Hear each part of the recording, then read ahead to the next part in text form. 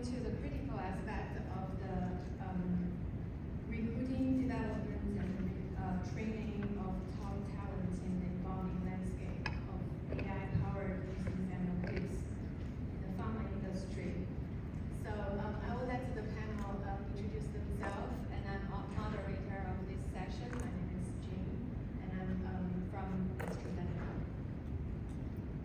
Do you want to start? Ladies first. Okay, thank you. So hi everyone. So Nuray Yurt, I think for those who were able to catch my speech in the morning, small welcome. I'm the PMSA president for the current year, and I've been volunteering for PMSA for about 10 years. And my day job is that I'm leading forecasting and research capabilities at Merck. Hi guys. There you go. Right, my name is Mehul Shah. I'm leading Insights Analytics at Bausch & Lomb. I'm also on the board with PMSA as a volunteer for about 11 years and on the board for about 6-7 years. Really excited to be here to contribute to this amazing topic we have in front, and just amazing the overall new innovation that's happening and the impact on what we see on through our lens in pharma. Hi everyone, I'm Nathan Wang. I lead the global forecasting for oncology at Johnson & Johnson. I also serve on the PMSA board. I joined the board at the same year with Mehul, and it's an honor to be on the panel. Hello, I'm JP. I run Baser Consulting Company. And PMSA was very nice to me. They gave me the Lifetime Achievement Award in 2015. And when I showed up in 2016, they said, "You stupid. We gave you the Lifetime Award not to come back again. We're not going to give you a second one." But here, the stupid me, I'm still here. Thank you, Jake. So let's dive into today's conversation. So as the pharmaceutical industry continue to integrate AI into our business strategy and operation, today we have several sessions also dived into this topic. We are really eager to understand the key strategic considerations. How do you envision AI transforming this space in the next 5 to 10 years? Maybe we can get started with you, right? Yeah, okay, we are going with the ladies first theme. I think actually this is a great important aspect, and we were discussing earlier today as well. I mean, we have to integrate AI into pharma business. I don't think that that's kind of questionable. But where and how is, I think, it's still an important consideration that we need to think through. Because if we are trying to integrate AI in every part of pharma business, I think we're going to struggle. Because the pendulum is going to swing either differently. Right now it's all about AI, and we've been in the industry long enough. Tomorrow it's going to be about the gaps that AI is causing, right? And the challenges that AI is bringing into our lives. And before that happens, I feel like, especially to 5 to 10 year setup, we really have to, as analytics professionals, I think we really have to make sure that we are strategically choosing the areas that we adapt AI, strategically choosing the prioritization in the areas, and really try to create value and value story with that. Because I think, for those people who don't understand enough differentiation between AI, machine learning, and analytics, we're just putting everything under the bucket of AI. But I think it is really important to make sure that they actually see the benefit firsthand before the pendulum swings the other way around, so that we can, I think, prioritize and make sure that we put our diligent effort into the buckets of areas that we can actually support, so that we're not doing half-baked, and when the time comes and the pendulum swings the other way, we're in a bad spot to explain what's the challenges are happening. That's kind of my approach. What's your take? So I think it's a very interesting question, and I want to focus on only two things. The first one is, I think everyone is going to be an expert, right? So the only thing, everyone is going to be a data analyst. The only thing you need to do is to be able to type something at the computer. It's called a prompt, right? And it doesn't have to be in English. And everyone would have some idea about what the truth is going to be and what we need to do. And if there are 100 people here, we'll have 10,000 ideas of what things to do. So I think one of the big challenges would be, let's call it the one source of the truth, right? So to get alignment because of the dissent that we do have, that's going to be a big one. The second one is about the way we used to think about things will go way beyond AI. One of the things that will happen is the robot, right? So the robot will become more and more important. And if you look at something like adherence, how we take drugs. So picture in the nursing home, you'll have a robot to remind you to take your drug, or maybe would inject and so on. So the whole notion of adherence, compliance, persistency, where we look at it and we say, here are your injections, and we measure the longitudinal holds, that's going to be changed completely, right? There was a study that showed that if you have 10 prescriptions in a year, it's equivalent to 12 prescriptions for some cardiovascular drug. And the payers were pushing that because then they could save on 2 months of prescription. So if you go and see that AI is going to change, but not only AI, because we're fixing on AI, but the robots, the nursing home, the whole thing's going to change. So the very approach to problems that we're used to is going to change. And this is something that we'll have to manage. I have a lot more points, but I'll shut up here. I can just add, I think both are kind of really leaning on their experience, and it actually holds true. One thing that seems to be different this time is it's not within this community who are experiencing this change. Your customers, your patients, ECPs, they all are experiencing and the impact of that into their discipline. Physicians have now different equipment and medical equipment powered by AI, right? So patients also have ChatGPT, so they are actually well informed on the awareness about the disease state. So only one aspect that I think we gotta be more better domain expert too now. I think that's something that we have to keep our eyes and ears open on. Expanding our I think knowledge base about the whatever domain you are trying to implement AI on. Thank you, Miho. Let's transition to our next question. As we are experiencing AI has been impact HCP, healthcare industry, and also everybody of ourselves have used AI firsthand. But as a professional, when we transition from analytics roles or other roles into this AI-powered roles in pharma, this is a significant shift. So what advice would you give to professionals that who is embarking on this transition or who is stepping into this AI-powered roles? And what are the key skills and knowledge areas that professionals should focus on developing so they can thrive on these roles? Nathan can start. Yeah. As JP alluded to, right, and in the future, right, every role, every analytics role will be AI powered. We will all be using AI, leveraging AI to do our work. And in order to do that, certain foundational skills won't change, right? Things like good communication skills and the ability to translate describing complex concepts to people who are less technical. Right? The ability to tell a story and drive the business decision.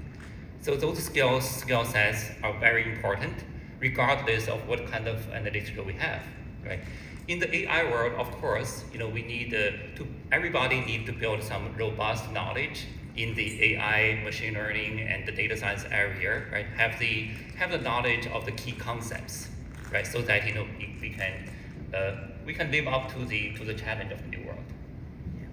I think it just aptly put it. I think I would just add only a couple of points. One is let your team kind of really look out and instead of looking, like attend symposiums like this one or PMSA or any other conferences that can be benefited. So they have to expand their knowledge base for sure, because as Nathan rightly put, I think the storytelling aspect is going to be key.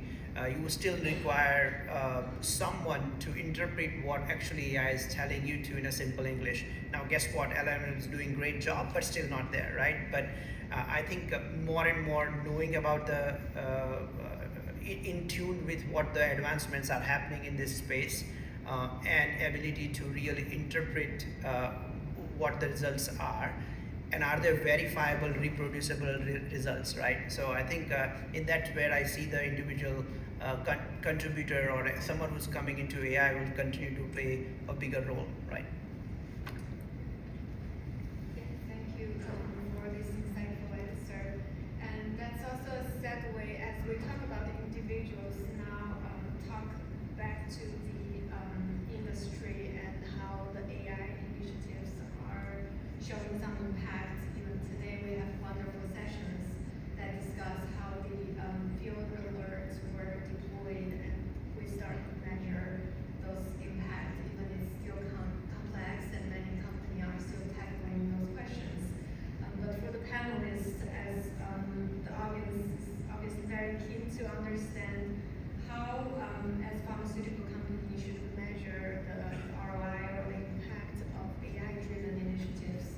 And if you can share some examples of AI initiatives that have significant impact, and also what the metrics or methodology are you thinking or you've tried that's effective in evaluating the success and the AI initiatives.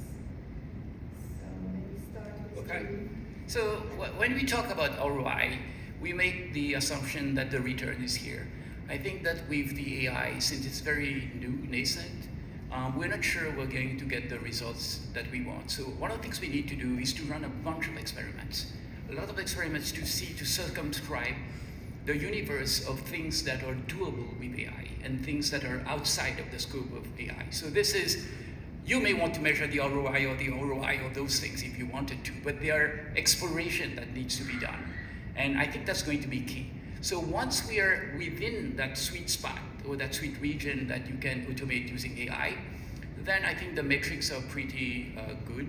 So you can look at time saved, you could look at, compare the quality of works that's done, things such as insights that you can get from the AI that you don't get otherwise. Then I think that becomes pretty easy. But I think we are not there yet. So talking about the ROI of AI project, I think is a little premature. And we need to make sure that they are tasks that lend themselves to AI and tasks that are very, let's use the word recalcitrant, right? They're kind of tough to use using AI. And I don't think today, with all due respect with the work that we do, that we have a good read on what is amenable to AI and what's not. Yeah, I think GB kind of captured well. Actually, I'm looking at what Nure actually said. This is where the pendulum thing will come into play, right? So if we set the clear objectives, an objective very well be that is something that how it's tied to the business objective, what you're trying to solve for, and that would never change. The way we calculate ROI right now, probably that's the same way. Now the way you measure might be different, right? You could have some quantitative metrics, but some might be a qualitative metrics, because some of the things that we see with LLM is actually elevates the experience from the user perspective. Give an example, we have pretty much everyone in the industry would have the dashboards for their representatives, and one of the things that is always out there, it's just that we don't know whether they are viewing and connecting the dots. LLM would really make it that more conversational, and really that's the aspect of the user experience is what it brings the best, right? So for measurement perspective, I think some of the qualitative metrics would be valuable too, to really understand whether you're really moving the needle and it's really helping whoever your end users are in making the decisions, right? So I think that the way we measure it, I think may change, but it has to still tie to the brand objective. Yeah, I'm with you. I think we're still a couple of steps away from measuring ROI, right? At the current stage, we're still at the early stage of building AI applications to prove the concept. And the first is the things we built and come out with the results we expect. And the second, do people use it? Do we have the adoption, right? Once we have those, and the next step is to scale up and measure the ROI of it.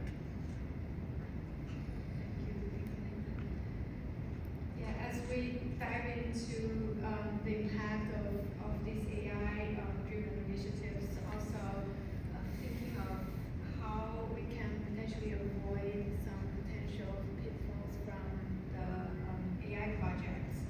So if you can share some of the common pitfalls that have observed in your projects that hinder our business, and how we can, or as a PMSA community, how we can help to avoid them in the future. Sure. I will go ahead, I think this is a very important question, right? There's two aspects to it. One is how, as PMSA, we can really understand and avoid some of the pitfalls. And second portion is how, actually, in general, can we avoid the pitfalls? I think one thing that I observe a lot in my previous company and in my current company, pharma in general, because I actually talk to a lot of people, is we actually underinvest for the AI projects. Because we want to show quick wins, we want to show quick impact, and we underinvest.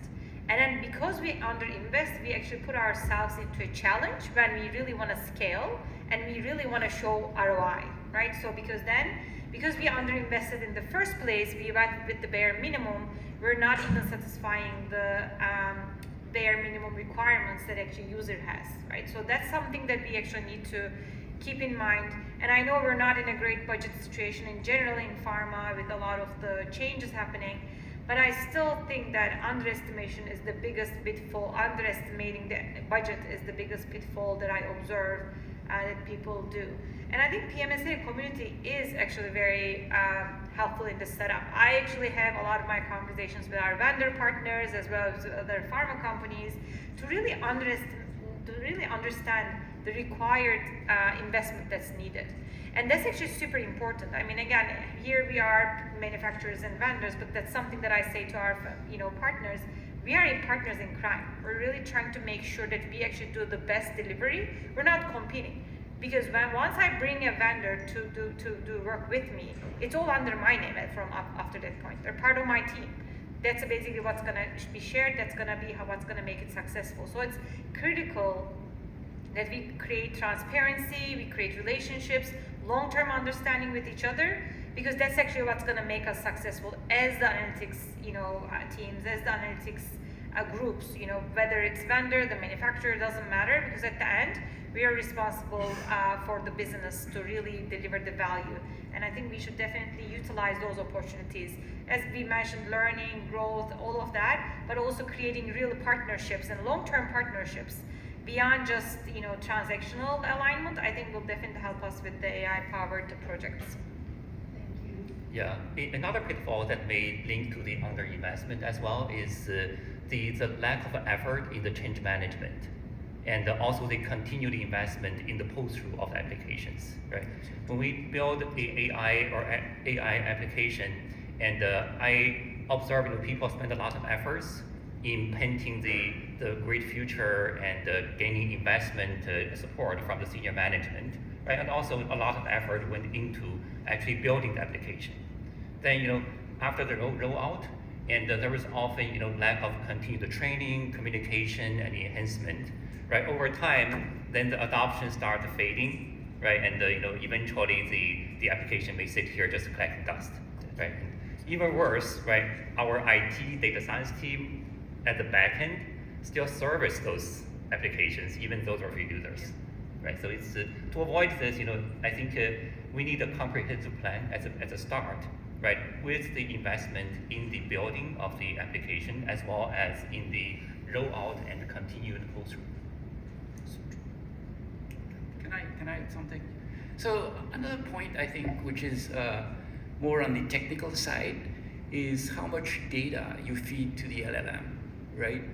And so if in real life you say, this man killed that woman, and you say, you look at the statistics and you have an idea, and then we show you the knife, and then you think a little differently, and then we show you the DNA result, and then you say, right? In math we call that non-Montanic logic, right? So it has to do with, if I give you certain databases and you do some reasoning, you'll reach a conclusion. If I give you additional data sources, you may have the opposite conclusion, right? If I add even more data, maybe you change your mind again. It's not that you're stupid, it's that your conclusion is contingent upon the data that you have. Now, picture a situation where you don't invest too much and you're kind of data poor. And what would happen? Your conclusion would be very naive, right? People would look at you and laugh and say, that's all you came up with. I thought AI was way better than that, man. What's going on? So I think there's that danger of not realizing that the quality of the data, in addition to the quantity of data, would really define the credibility of the result that you get from the LLM. And this is something that's very crucial. I mean, if we lose the credibility there, the whole thing goes out, and that would be a real shame, because I personally believe that this is a huge, very, very interesting technology that we have here. Absolutely amazing. I think it's just one. I think as a PMSA community, I think we're gonna have a lot more use cases in years to come on this one, and failures too. I think we should share those too. Right? I think that would be really valuable, because this is an evolving field and things are evolving faster at the pace that we are not kind of used to, right? So I think learning from each other, I think community in general would be benefited. Thank you for adding that. Totally agree that this is the best place for us to learn what the pitfalls, what's the success that really help us to accelerating how we can leverage the AI technology to empower and to really accelerating our adoption of the technology. Yeah, I mean, what I'm hearing also in terms of pitfalls really comes to the investment, the really cautious strategic decision on where to invest, and also then change management as a huge piece. We are really trying to upfront bring in all these solutions, but lack of supporting and thinking how we can really help the organization to adopt and for long-term utilization. So we have another question that really bring us together, as it's a short story to share. As PMSA planning committee, we are composed with different size of companies, different background, different skill sets. And as we talk about AI analytics as a topic, this really vary across different pharma companies. We have different stage of adoption.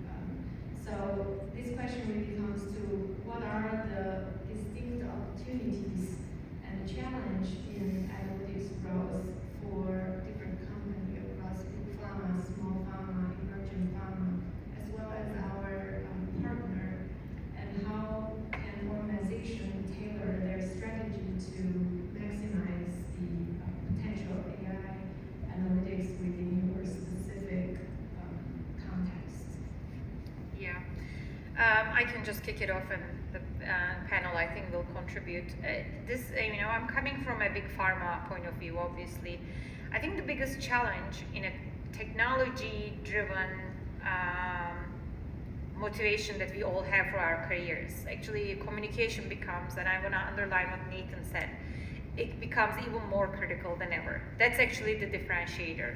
I mean, when you think about the organizations that we serve for, if they were motivated to understand exactly what's under the hood, they would have been analytics people. So they're not really motivated to understand what's under the hood or what is good analytics versus bad analytics, right? They just want analytics.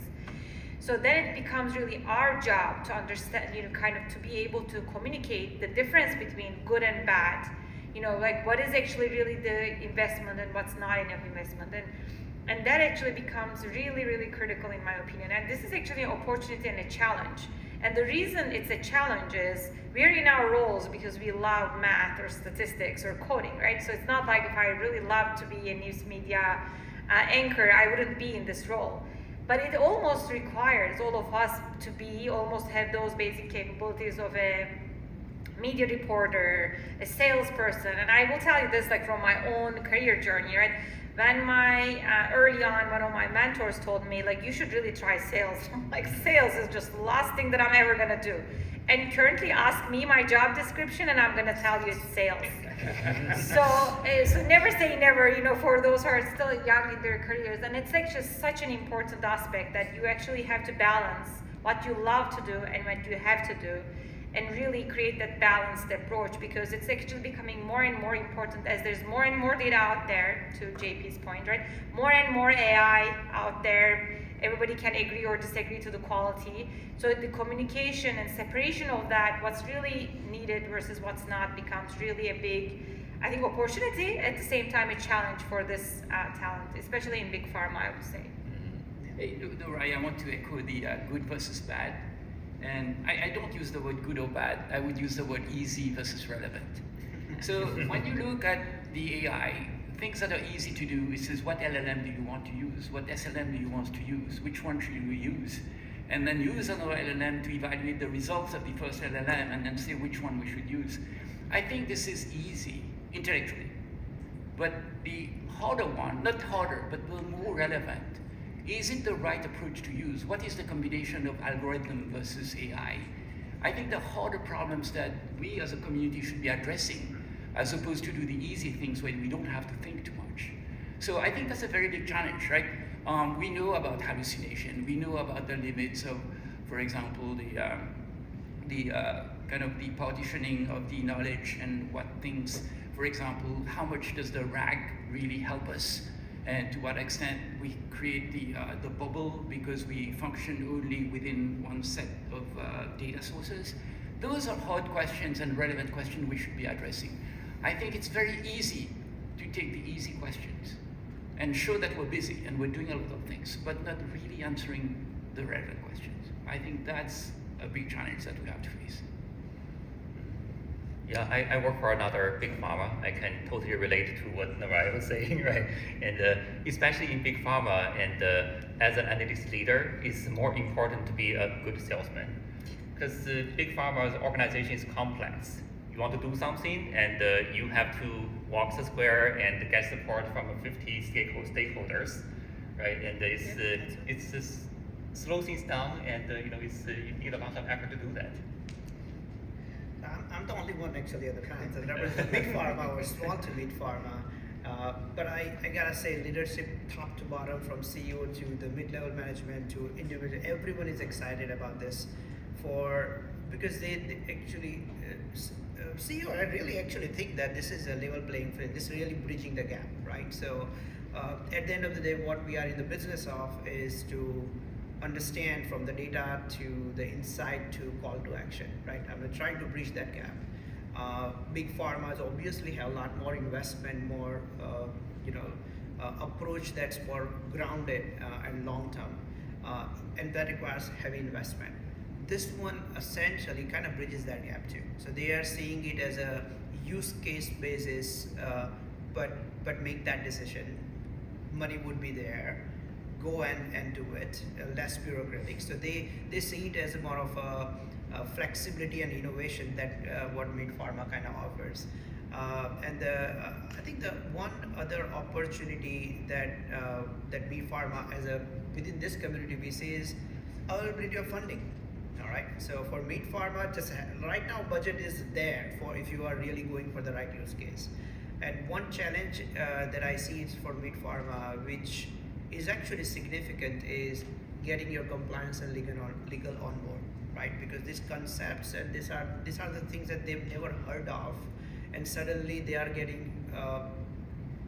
Everyone wants to do AI, from market to analytics to patient support service, so they are a little bit overwhelmed, right? So getting them on board early on would be very valuable, providing benchmarks as a community, leaning on each other to come up, providing some sort of a benchmark that you can help. I think that would be really valuable. Thank you. And maybe we dive into a little more technical questions that JB just touched. It's all JB.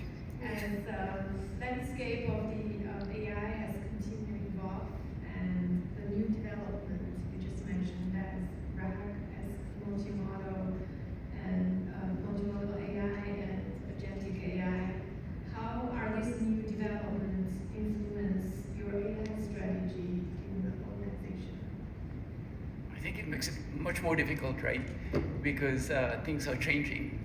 I think September 12th, there was the announcement of the O1 version, right, which is supposedly to be at the PhD level.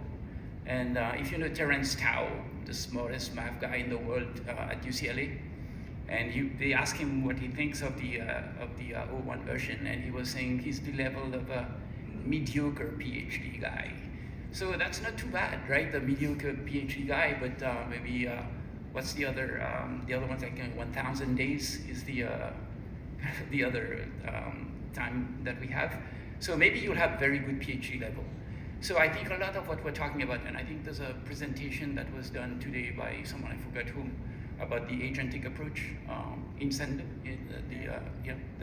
So I think those are good things that are happening, and it makes our strategy a little more difficult to get a handle on, because the things that we're looking at, they're changing as well. So I think that's a great blessing. If you take a step back and look at this technology, I think for me it's really, really cool because it's conversation. So I heard of some professors at university that decided not to teach anymore because they say that the AI would do a better job. And the reason for that is that normally we give lecture as professors, and whereas this thing you can interact. And so basically you can ask questions where you have difficulties, you don't understand, and you can zero in. Another way to look at this is do you prefer to watch a video or play a video game? Because the video game, you can move it the way you want to move it. Whereas the video is like one way you have to watch the video, right? So you can see that this is super exciting. One of the things about teaching or even learning is debugging. So oftentimes when we don't understand something, there's something an assumption that we have wrong, or something that we're not thinking of, and that's why we miss something we don't understand. And if the AI is smart enough to debug you, and we say, oh, by the way, remember that stuff, or you're thinking it this way, but actually it's the other way around, and then you go, yes, silly me, I get it, right? So I think that's going to have a huge impact on the way we deliver and consume the info, whether it be in general or commercial analytics or medical affairs, whatever stuff, but that's going to be very huge. And our strategy has to understand that. And I think that's going to be a big challenge. So I think we should save some time for the audience to ask questions. Now let's open up the floor for our audience for any questions that's relevant to this topic, or any questions to follow up from previous question that previously discussed. Maybe as they're preparing, Mehul can give a comment. I think he was getting ready. No, that's okay. Step to the microphone to Yeah. ask the question. I think the only one thing that I would add to what JP said is, if you are on a business perspective, or if you are managing the team, and if you are in that role, it goes back to the skill set that your team's supposed to have. And these are the new concepts, and team needs to kind of get to that point. But I cannot emphasize enough that the external partnership and collaboration is the way to go, because the cutting edge innovations that's going to happen is essentially partnerships what really going to bring to you, right? And I think that's something that rely on it. At least that's where the approach has been for my team, while you continue to encourage your team to really up the skill set too.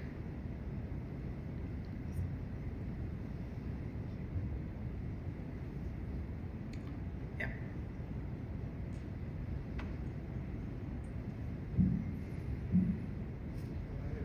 So my question here is,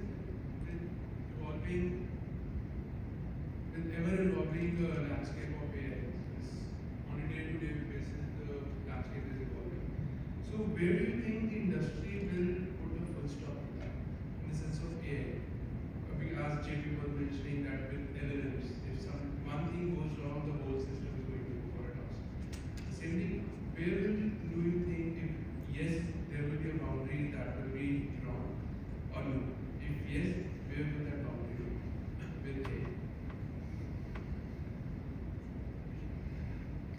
I think there's been, in the LLM world, right, I think the big change that is happening now is the voice, right? And we had the images not too long ago, and then we had the video, right, the generation based on the prompt.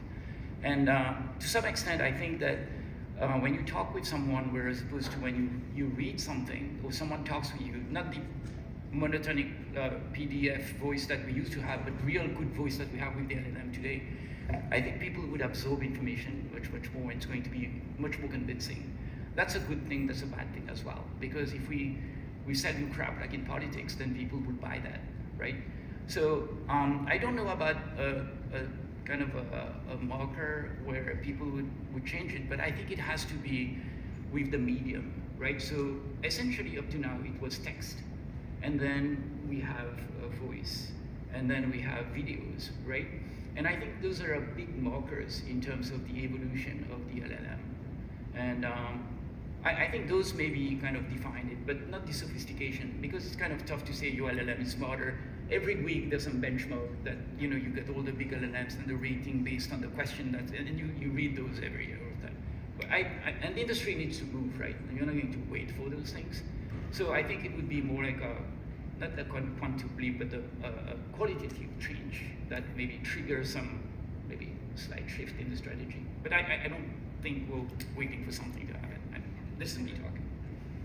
Yeah, if your question is about whether industry will put a stop on AI at some point, right? 6 months. Yeah. 6 months. Yeah, I don't think it will put a stop on it. But I also, per Narai's point, I don't think it's going to be a straight line going to the advancement either, right? So things will, there are a lot of hype today, and maybe we built something, it's not quite live up to it, and we went back, and then we advance again. Right? It might be take some zigzags to go there.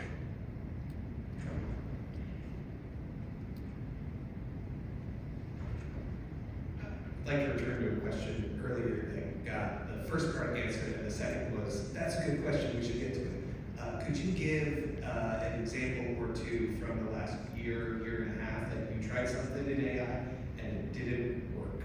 Help someone else not bust their knee on that one. I had a recent experience myself.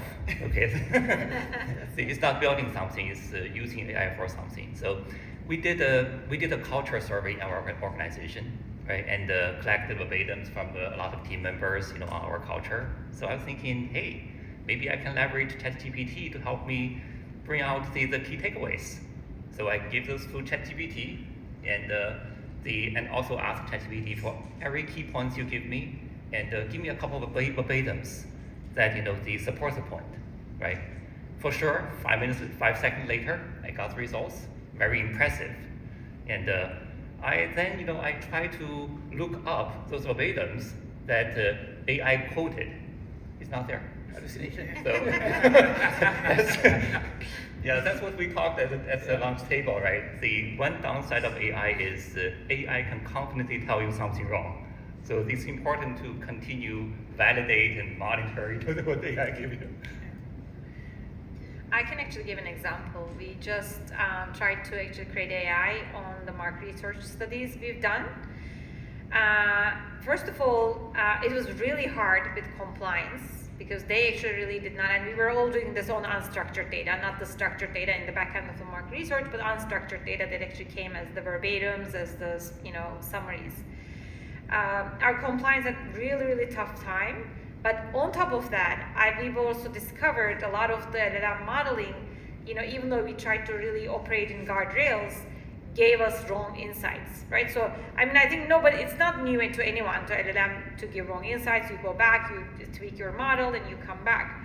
But the problem was, when you're actually creating different styles of market research reports, then actually making it available for LLM is actually on its own is a lot of work, and to make sure that the models are gonna work. And I did not get the funding. So why am I saying that this wasn't successful? Because I actually had to apply for funding, and we didn't really get the funding. Because everybody was like, well, I really want to read my report rather than really utilizing AI, asking my questions, because that's actually how I learn.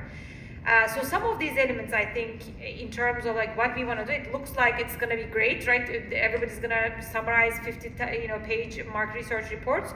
But our marketers actually like to read it, and that's actually how they develop their market understanding majority of the time. So maybe they don't need summarization. So that's another example that we actually recently had. We just had in our case, it was actually a procurement software. It's not within our team, but we've been using it, and that didn't actually work out the way it kind of got advertised, to kind of pull that feature back without naming name. But that essentially the idea was to go through the compliance part of it, legal part of it, and provide the summary on top of it. But it was so persuasive even for the legal colleagues and compliance to say yes to, but they knew actually what the truth is. They were able to clearly figure out that that's not what it should be. So that doesn't mean LLM is wrong. It's just not probably trained in that manner, which we're supposed to always keep eye on. So I think yes, and this is why the use case and going slow and with the pilot is actually very valuable. Go. Thank you, Dean, for the enriching discussion. Holding true to the topic that we have hired, very near and dear to me, what are the factors or the challenges that you as a team feel that the pharma industry is facing, specifically on AI-related capabilities, on becoming a talent destination vis-a-vis the other industries that are competing against to get the best talent on board? I think if you asked these questions last year, we would say we're in really big disadvantage in a lot of the areas. And now the other industries are evolving. They actually had to gone through a lot of layoffs that they have never gotten before, most likely, like first time in their industry career. As pharma, we're pretty used to that. We kind of restructure every other month. So it is like, I think for the tech industry, especially, finance industry, on the other hand, is almost more guardrailed than almost pharma. So I think we're kind of in the same ballpark in that setup, but then the tech industry, I think, was a very different dynamic for us, especially with the people who wants to do really hardcore tech. I think we had a lot of challenges to bring them on board. Right now, I think from my angle, my biggest challenge is actually hiring people who knows technical world, who knows the domain, and who can actually simply explain everything in simple English terms, right? I mean, I'm expecting too much, almost, in my opinion, right? Like, so it's a high expectation, but it's not my expectation, everybody else's expectation. It used to be that senior leadership was expected about communication, and then you expected even lower level employees, just more on technical side, domain in the mid-level. I just feel like now we hire people and we expect everything to be perfect the next day, even if we hire them at the senior manager level. And this is how the evolution that I see over time, which is, I think, challenging for the incoming talent and also challenging for us as well, because we don't get time to train.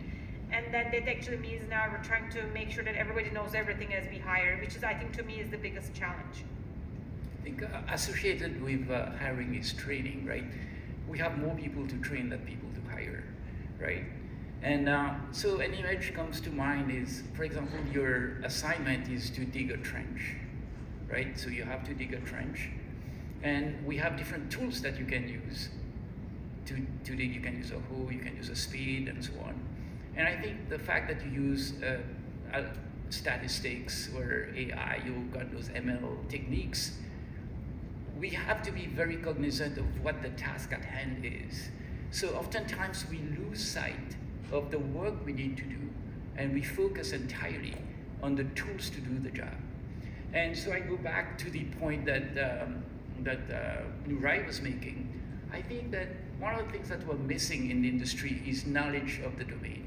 And more what you see, people graduate a PhD in stats and that stuff, can do all kind of fancy stuff, but they don't really understand what the problem is about.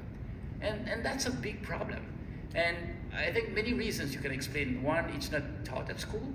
Second, it's hard to acquire. It takes time. Even if you're extremely intelligent, it takes time to acquire this kind of knowledge. And it's way easier to sit behind techniques that are domain independent, right? So you can apply that to consumer goods, to airlines, so basically any domain. So that gives you an edge. But at the same time, you're doing disservice to the analysis that you're doing for an industry. And so for the AI, I would say, and then I think there was a very interesting suggestion, is to get the AI to teach us more about the domain expertise so we can be better at the AI to choose for solving the problem. My question would be more of a follow-up to Larry's question, so it's also related to talent and how do we ensure that we attract the best talent from academia actually. And so when I think of other industries, right? Like as the pharmaceutical industry, as people who are involved with AI analytics in pharma, how can we ensure that people getting out of their master's programs or their PhD programs have better domain knowledge? Like, is this a utopia, or is there any step that we can take in terms of like action items, maybe programs to train them while they're in their school, so that even after they graduate, pharma is one of the options in their mind. It wasn't one until the last year of my PhD, and then I will get this from my personal experience. I have students that this is not like the first go-to industry that they think of, that hey, I'm gonna apply to a pharmaceutical company. So maybe like creating a career path for them, maybe like making this like lucrative enough to rise point that especially now this might be our opportunity to attract them to pharma, given that there are not really many options in other industries. I just would like to hear your thoughts on, is it an internship program? Is it like maybe having more like capstone, like better collaboration with universities? And we're lucky to be in locations like University of Chicago here is like 20 minutes from here. In New Jersey, we have like so many good universities that are like great career talent pools in my opinion. So Andy, what we're doing is not exactly that, but we're building a tool called Data X-ray. So the tool, what it does, it analyzes data and it tries to bring in the knowledge expertise. So for instance, you type in, you say, I'm interested in prostate cancer. The software comes back to you and say, the average age of diagnosis is 67 years. And at 65 years old, we have Medicare. 13% of the people that have Medicare are less than 65. So we expect that looking at the data, you'll have the bulk of the people would be under Medicare. Your data is saying 50-50 commercial Medicare. I think we have a problem. So this kind of comment is domain expertise comment, right? Because when you look at it, you cannot know, you want something to bridge the gap here. It connects the peer with the age and the stuff, and this comes directly from the domain. I have a bunch of examples. For example, women are 4 times more likely to have migraine than men, right? That's basically the stats. And if we look at the data, you see how female, male are equal. We're not saying the data is wrong, but the onus is on you to prove that the data is correct, right? So I think with this is what we're doing in the Data X-ray, the project that we have. So it tries to bring in the gap and then talk about what the industry, I believe, forgets about is the caveats of the data. So you don't have VA, you don't have Florida Cancer Specialist. The lag between MX and RX about 3 months. The capture rate of the hospitals are around 15%. Those are things that you don't learn in a PhD stat. This is something you learn in our industry. So if we have an AI tool that's not, this is what my project, right? It's kind of my last PhD of my life. Try to move the data and bring the caveats bring it to light to the person doing the analysis. Do you realize the caveats of your data? Before you open your mouth and say something stupid to upper management, did you realize here are the points you need to consider? I think that would help a lot, the industry to kind of be more cognizant of the caveats and the holes in data and not stop, but reduce us kind of jumping and say stupid things from the data. Well, I think Andy's question is more fundamental. I agree. Than your commercial. I I think think it's about, do they know who explains that? Do they even know what it is? Right? So many of you have attended, I've taught 3 classes on this at Boston University, using donated claims data, and taught students who are statisticians and engineers a 7-week course on how to do patient segmentation, patient finding, and then many of you guys that I've offered have attended these presentations and reviewed the students' presentations. Michelle, are you here? Michelle, what did you say when the first time you saw the student present that, knowing that they've never seen this data before? Remember? I'm sure I said something profoundly right. That's awesome. Just not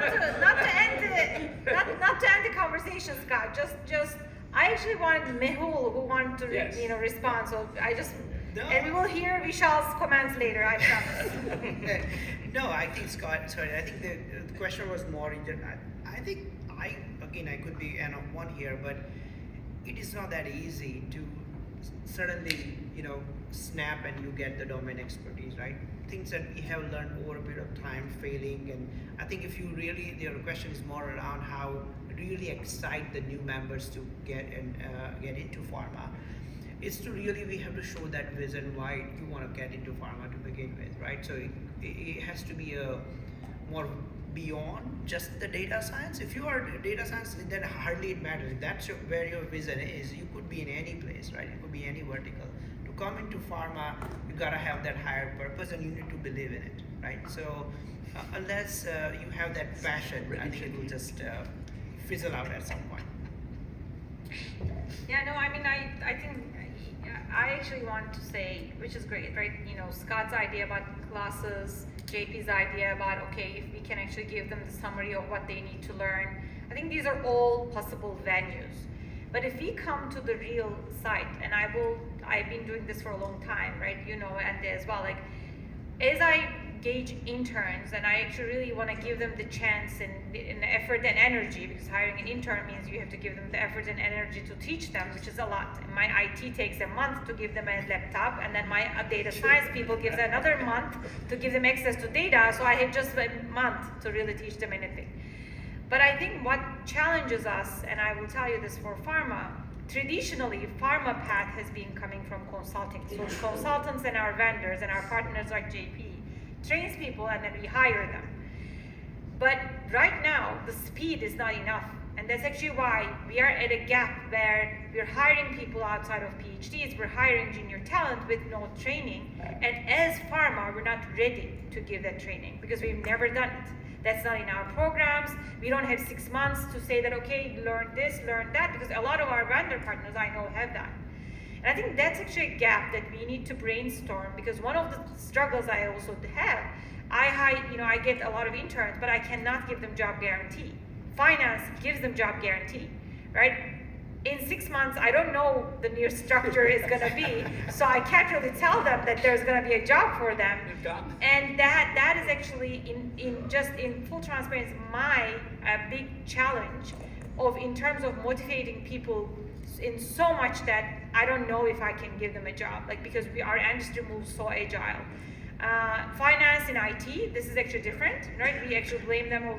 I think that actually element, as well as a little bit more traditional thinking of pharma, through consulting and agility, I think we have to do more work there, in my opinion. Obviously, I don't want to underestimate the efforts, coming from JP, Scott, absolutely, and I know you also teach classes. Like, I think we all, in this setup that, okay, how can we do this? But at the end, I feel like if I can't offer up a job for an intern that I have for certain, that diminishes the value that I create for the people who are coming out of jobs. I think job security is important, right? But like, just to add on that, I think just to open this as a door to them, for this to be one of their solution set. I think that's going to push a lot of them to come into pharma, because for a lot of them, pharma is an unknown. It's something that they only hear about in news, and this is not like, I think we can do better in terms of advertising that, hey, there's a career path in pharma, we do X, Y, Z, and I think this is going to be more and more important with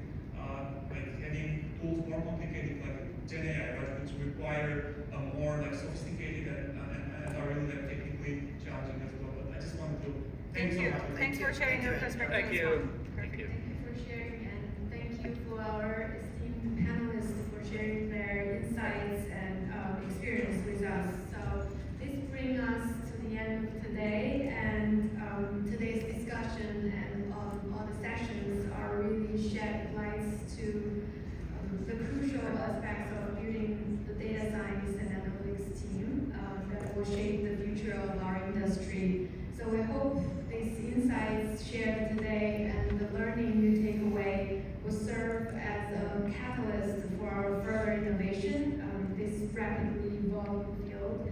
So we extend our deepest gratitude to our panelists and also to all of you today coming to the session, engage with the presenters and engage with the poster presenters. We thank you for coming today.